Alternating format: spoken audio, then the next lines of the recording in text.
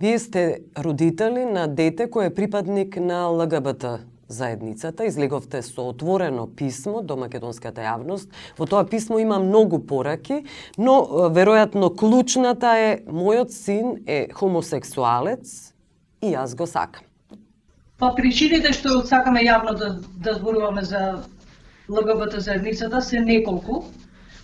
Прво е нашиот син, на кој што ете и на овој начин сакаме да му покажеме дека ја има нашата огромна поддршка во тоа и дека ние пробуваме на секој начин да му помогнеме и да го спремиме за животот што го чека во иднина. Второ е самите ние како родители на ЛГБТ дете, значи да им кажеме на луѓето кои што не познаваат и дека е тоа во ред, дека нашиот син е геј и дека ние сме сосема окей со тоа. Трето е сегашните и идните родители на ЛГБТ деца на балканските простори, кои што веројатно во моментот се соочуваат со многу слични проблеми и искушенија со кои што сме се соочувале и ние. Значи само да им кажеме дека не се сами и дека нивните деца се истите деца кои што биле и пред нивното изјаснување дека се дел од ЛГБТ заедницата и дека тоа е во ред. На крај е целата заедница сакаме да им кажеме дека сите ние не сме исти и тоа е во ред.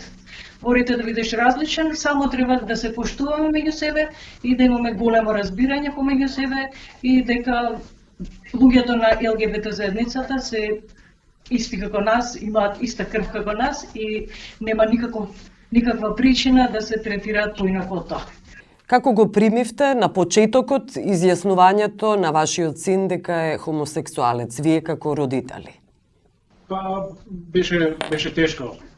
Беше тешко во првиот момент, ние бевме шокирани, ни требаше време малку да се соземеме и да разбереме што се случува.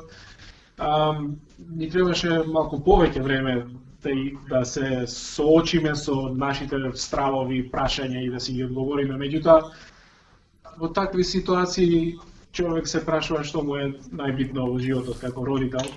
И тоа е среќата на своето дете и да го види тоа дете средено, излезено на пат. Така да, после тој период не ни беше воопшто тешко да се одлучиме на чија страна ќе застанеме и нашиот син има нашата полна поддршка во било што. Затоа што тоа е истото дете што било и претходно, само што се изјаснило дека е различно од другите. Сега можеме јас тука нешто да дополнам, како што напишав во писмото што веќе го пратив.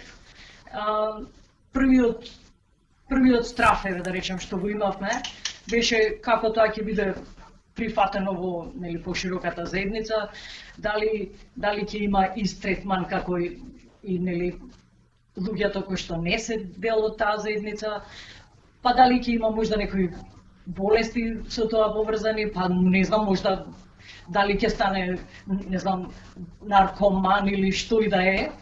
Значи, ние не познававме никој кој што е дел од таа заедница и никако се осеќавме како осамени, мислејќи дека нема многу луѓе кои што, се парче од таа заедница. Ево, меѓувреме научивме дека тоа е сосема окей и дека има многу луѓе и дека е тоа све нормално. Сосема нормално до таму што веќе не се дава никаква помош, нити совет, нити нешто посебно во држава што порано постоело и се е толку добро уредено и легализирано што не постои никаков проблем за интеграција на било какви луѓе од било какви заедници. Која е вашата порака, клучна порака пак до македонската средина, која е прилично конзервативна? Како велите, во Австралија се подразбира дека љубовта е љубов, без разлика кон кого ја чувствуваме, но што се однесува до Македонија, добро е да ја слушнат вашата порака македонските родители. Како родители ние можеме само да кажеме тоа што го кажав и претходно. Што е најважно за родители. Тоа е среќата на своето дете, тоа е здравието на детето, тоа е да го види детето излезено на пат и среден. Јас не знам, тоа е нешто што беше пресвртница во мојот живот и од тој момент натака јас не се двоумев што треба да правам понатака.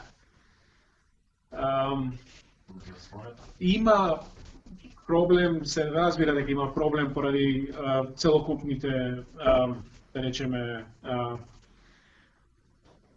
целокупниот проблем со мислењето во Македонија, со ставовите, што луѓето се така и воспитувани, јас сум така воспитуван на крајот на криштата.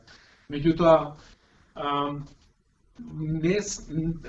тоа не се различни луѓе, тоа се луѓе што имаат еден дел кој што не е битен за животот толку, кој што е различен и заради тоа ги прави посебни.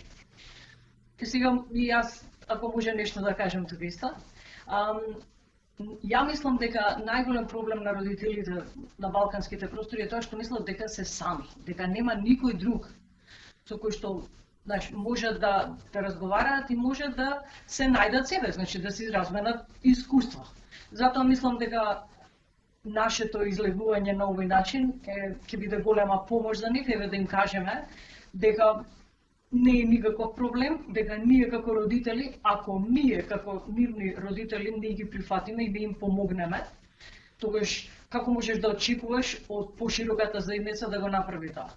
Значи, се знае со факти дека степенот, процентот на самоубиство во времето на тинејџерството на децата од ЛГБТ заедницата е, мислам дека 5 пати поголем отколку на не ЛГБТ децата, и тоа се намалува драстично ако барем еден од двајцата родители го прифати и го поддржи детето. И родителите исто така треба да разберат дека децата немаат избор, дека тоа е така, а ние како родители можеме само да прифатиме или да не прифатиме. Добро, јас мислам дека беше супер. Ако имате уште нешто да додадете или сакате да прашам нешто? Јас сакам само да му се заблагодариме на Хочо Андоновски, кој што мислам дека прави многу за таа заедница во Македонија, кој што ние го контактиравме кога бевме пред 5-6 месеци во Скопје, стапивме во контакт со него и од тука дојде таа идеја да направиме некаков центар за поддршка на родители на ЛГБТ деца и ние сме повеќе од среќни да го направиме тоа, ама Кочо прави многу за таа заедница, е неверојатно храбар човек и неверојатно честен и искрен и така и да само да му се заблагодариме за сето што го направи.